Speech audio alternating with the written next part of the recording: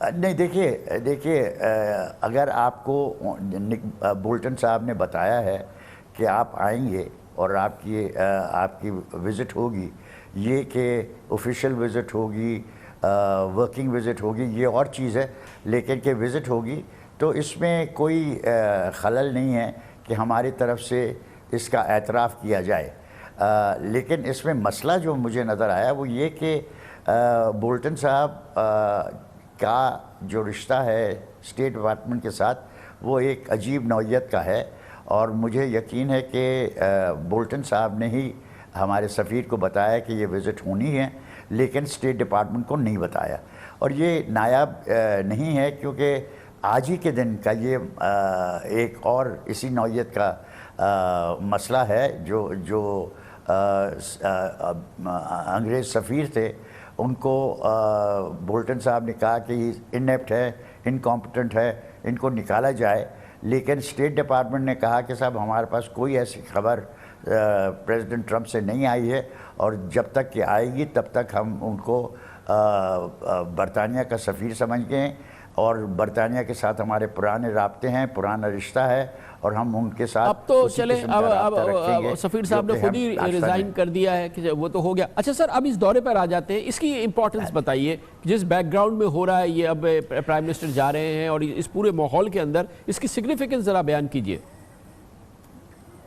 دیکھیے اس کی بہت سگنیفیکنس ہے، کیونکہ آپ سے یہ کہا جا رہا ہے کہ دیکھیے آپ کا کلیدی کردار ہے افغانستان میں آپ ایک کردار ادا کر سکتے ہیں، طالبان کو اس پہ راہ راست پہ لائیں۔ وہ راہ راست یہ ہے کہ جو 4 نکات ہیں، وڈرال کا ٹائم ٹیبل ہے، سیز فائر ہے جو کہ سب سے اہم چیز ہے، اس پہ ان کو آمادہ کیجیے۔ اب اس میں لوگ جو کچھ بھی کہیں، میری نظر میں ہمارے لیے یہ ہمارے فائدے میں ہے کہ خانہ جنگی ہو، سیز فائر ہو، اور کسی قسم کا استحکام افغانستان میں آئے۔ یہ پہلا قدم ہوگا۔ اس کے بعد یہ جو نیگوسیشنز ہیں یہ کم از کم 2 سال اور چلیں گی۔ اس کے بغیر یہ تو صحیح ہے، لیکن اس دورے میں یہ بیک گراؤنڈ تو یقیناً امپورٹنٹ ہے اور یہی پاکستان کی ضرورت ہے، لیکن عمران خان کا آبجیکٹیو کیا ہوگا، پریزیڈنٹ ٹرمپ کا آبجیکٹیو کیا ہوگا؟ یہ صرف ایک کرٹیسی کال تو نہیں ہے، اس کے کچھ میننگ فل ریزلٹس بھی، آبجیکٹیوز بھی ہوں گے جو دونوں طرف سے تعین کیا گیا ہوگا۔ دیکھیے بالکل کرٹیسی کال نہیں ہے، اس میں بہت ساری چیزیں ہیں جو کہ ہمیں سیٹل کرنی ہیں۔ ایک کہ اس ملک میں، اس خطے میں امریکہ کی دلچسپیاں ہیں، ان دلچسپیوں میں ایک یہ ہے کہ اس خطے میں استحکام رہے اور ان حکیہ پاس کے درمیان کسی قسم کا رابطہ ہونا چاہیے جس سے یہاں پہ تناؤ نہ بڑھے، اور چونکہ تناؤ بڑھنے سے یہ خطرہ پیدا ہوتا ہے کہ یہ نیوکلیئر ویپنز استعمال ہوں گی۔ یہ دنیا بھر کے لیے خطرہ ہے، اور اس خطرے سے امریکہ اتنا ہی خطر انداز ہے جتنا کہ اور ممالک ہیں۔ اس کی وجہ سے ان کے لیے یہ ضروری ہے کہ وہ یہاں پہ کسی قسم کی سیٹلمنٹ کا راستہ ڈھونڈیں۔ Thank you very much, please آپ تھینک یو ویری مچ۔ جناب نجم الدین شیخ ہمارے ساتھ موجود تھے۔ کمرشل بریک، اس کے بعد ذکر کریں گے۔ بہت اہم الیکشن ہو رہا ہے ضمنی انتخابات سندھ کے اندر، گھوٹکی کا علاقہ ہے، قومی اسمبلی کا الیکشن ہے، پی ٹی آئی اور پیپلز پارٹی ایک دوسرے کے سامنے ہے، مگر اس سے بھی زیادہ اہم بات یہ ہے کہ پہلی بار یہاں کا بہت بڑا بااثر قبائل گھوٹکی کا یہ مہر قبیلہ جو ہے یہ تقسیم ہو گیا ہے، ایک دوسرے کے سامنے کھڑا ہو گیا۔ اس کی بات کرتے ہیں چھوٹے سے وقت کے بعد۔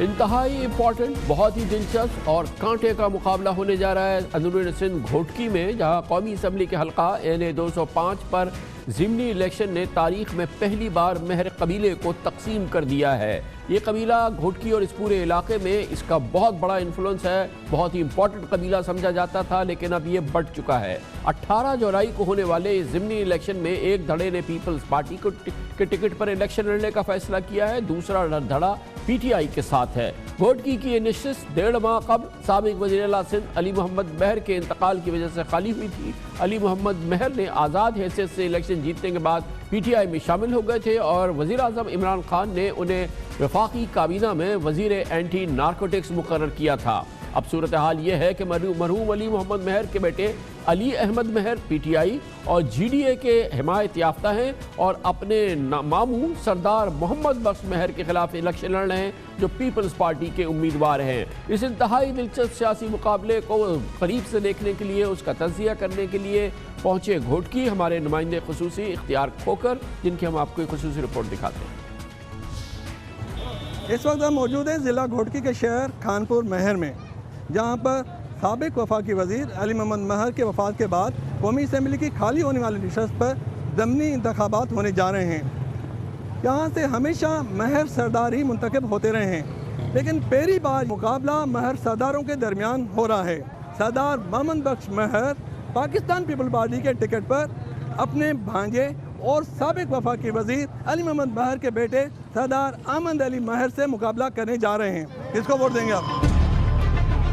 دونوں سردار ہمارے لیے ایک جیسے، اس وجہ سے ہم پریشان ہیں، ابھی ڈیسائیڈ نہیں کیا ہے۔ بھائی جان ہے کام ہمارا بات ہے، پی پی کو دے گا، کس کو نہیں دے گا۔ بس ہمارا ووٹ ہے وہ پیر پگارے کو ہے، پیر پگارا جس کو کہے گا اس کو ہی ووٹ دیں گے۔ آپ کس کو ووٹ دیں گے؟ ہم فیصلہ یہ تو نہیں کر سکتے، ہمارا وڈیرا ہے جو اس نے جو بولا اس کو ووٹ دیں گے۔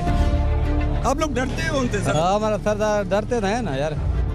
یہاں سے ہمیشہ مہر سردار ہی منتخب ہوتے آئے ہیں اور یہ لوگ صرف ان کو ووٹ دیتے ہیں، لیکن اس بار کیونکہ مہر سرداروں کے درمیان مقابلہ ہو رہا ہے، اس لیے یہ لوگ کھل کر بات کرنے کے لیے تیار نہیں۔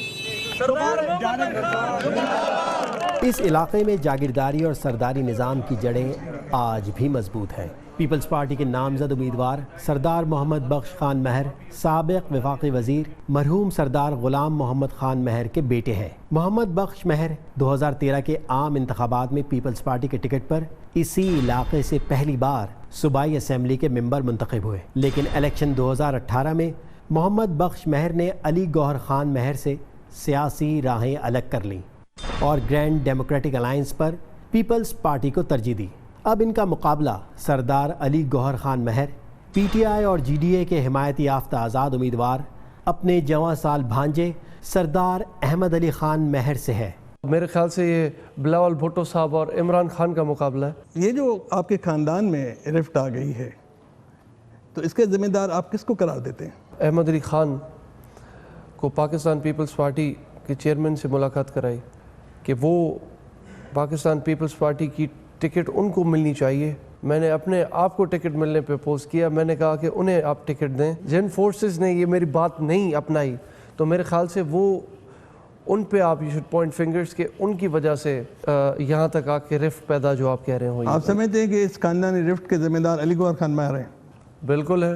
اگر کوئی بھی آ کے آدمی یہ کہہ دے وہ نہیں ہے تو میں اس چیز کو قبول کرنے کے لیے تیار ہوں، پھر میری غلطی ہے۔ پہلے تو یہ الیکشن کا ماحول بننا نہیں چاہیے تھا، کیونکہ ہمارے یہاں کہیں فوتگی ہو جاتی ہے تو عزت میں اس انسان کی رسپیکٹ میں کوئی بھی آدمی کھڑا نہیں ہوتا۔ ایسا 2 بار 3 بار ہو چکا ہے ہمارے یہاں۔ آپ کے سگے ماموں آپ کے مقابلے میں ہیں تو ان سے کوئی بات نہیں ہے، یہ کس طرح ہوا؟ یہ ایک ضد ہے اور ایک فضول میں ایک خاندان کو لڑانے جانے والی جو ٹرکس ہوتی ہیں یہ وہ ہیں۔ اس ضمنی انتخاب میں کامیابی کے لیے دونوں گروپوں نے پورا زور لگا دیا ہے۔ پیپلز پارٹی جے یو آئی سمیت دیگر اپوزیشن جماعتوں کی حمایت حاصل کر لی ہے۔ انہیں مقابلے کی پوزیشن میں آنے کے لیے 3 صوبائی وزراء سے استعفے بھی لینے پڑ گئے۔ چیئرمین صاحب کا حکم ہے اور وزارتیں جو ہیں وہ آنی جانی چیز ہوتی ہیں، ان کی کوئی اتنی زیادہ اہمیت نہیں ہوتی۔ ایسا نہ آنا کا مسئلہ ہے، یہ نارمل الیکشن ہے اور اس کو نارمل طریقے سے کیا جا رہا ہے، کوئی اس میں ایسی بات نہیں ہوئی جو انہونی ہو۔ گھوٹکی کا یہ ضمنی انتخاب قومی اہمیت کا حامل ہو گیا ہے، کیونکہ قومی اسمبلی میں اکثریت برقرار رکھنے میں مشکلات کی شکار پی ٹی آئی اور ان کے حامیوں کے لیے اسمبلی کی ایک بھی نشست کھونا بڑا سیاسی دھچکا ہوگا، جبکہ پیپلز پارٹی یہ ثابت کرنے کی کوشش کرے گی کہ پارٹی قیادت کرپشن کے سنگین الزامات میں گرفتار ہونے کے باوجود پارٹی سندھ میں پہلے سے زیادہ مقبول ہے۔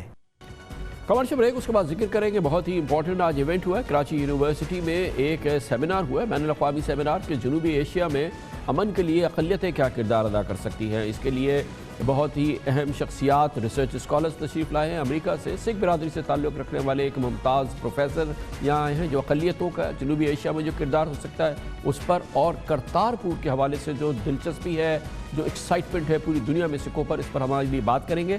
ہمارے ساتھ ہوں گے ایک چھوٹے سے وقفے کے بعد۔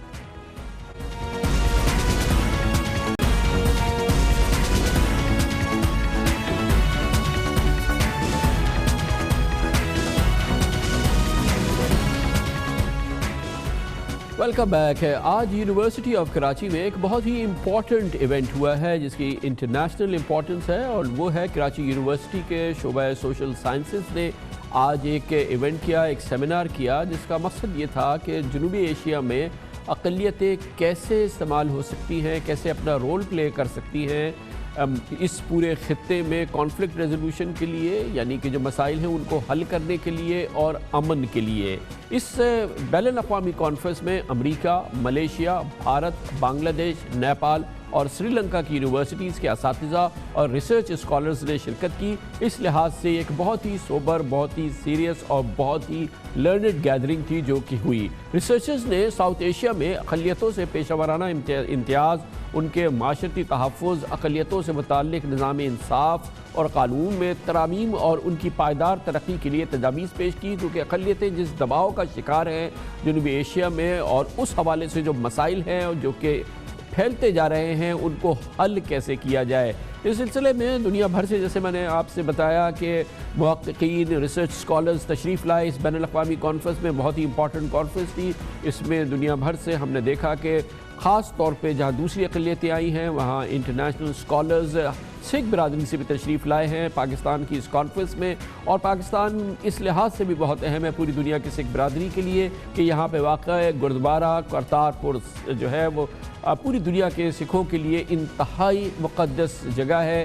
یہاں سکھوں کے پیشوا بابا گرو نانک نے زندگی کے آخری ایام گزارے تھے، یہی ان کی سمادھی بھی بنی ہوئی ہے۔ پوری دنیا میں سکھ برادری کرتارپور بارڈر کھلنے کے منتظر ہے، اور اس سال بابا گرو نانک کے 550ویں جنم دن کے موقع پہ لاکھوں سکھ یاتری پاکستان پہنچیں گے۔ لیکن اس پوری کانفرنس کا مقصد کیا ہے، اور پھر اس سے جڑے ہوئے جو دوسرے معاملات ہیں، اور خاص طور پہ جو کرتارپور کی اہمیت ہے اور جو بارڈر کھلنے والا ہے، اور یہ کانفلکٹ ریزولوشن میں اور جنوبی ایشیا میں امن میں اس کا کیا رول ہوگا، تمام امور پہ بات کرتے ہیں۔ ہمارے ساتھ جوائن کر رہے ہیں یونیورسٹی آف سدرن کیلیفورنیا سے تشریف لائے، سیکرامنٹو سے اسکالر ہیں، research scholar professor doctor Amrik Singh ہمیں جوائن کر رہے ہیں۔ Welcome to the program doctor صاحب، آپ نے ہمیں جوائن کیا ہے، فرمائیے گا کہ یہ جو آپ کی آج ایونٹ ہوا ہے سیمینار کانفلکٹ ریزولوشن، اس پورے ریجن کے اندر کانفلکٹ ہے اور وار مانگرنگ ہے، مسائل ہیں، مائنورٹیز جو ہیں وہ ایک سائٹ پہ بیٹھ کے یہ تمام چیزیں دیکھ رہی ہوتی ہیں، وہ کاؤنٹ نہیں کرتی، مگر وہ کتنا رول پلے کر سکتی ہے اس کانفلکٹ ریزولوشن میں اور پیس کے لیے اس ریجن میں؟ وہ بہت رول پلے کر سکتی ہیں. دے کین ڈو مین this hot spots of conflicts which are there on both sides of the border. The minorities can play that role, and like we had so many papers today in this conference, and like Rohingya in Burma, the paper was on that their genocide that was taking place, and the problem of Hindutva in India and minorities here in Pakistan. Yeah. So I mean all topics were touched. Okay. And so they are important minorities. And after partition, I mean it's so sad that we are the same people. We speak the same language, and our food is same. and but still we cannot communicate with each other.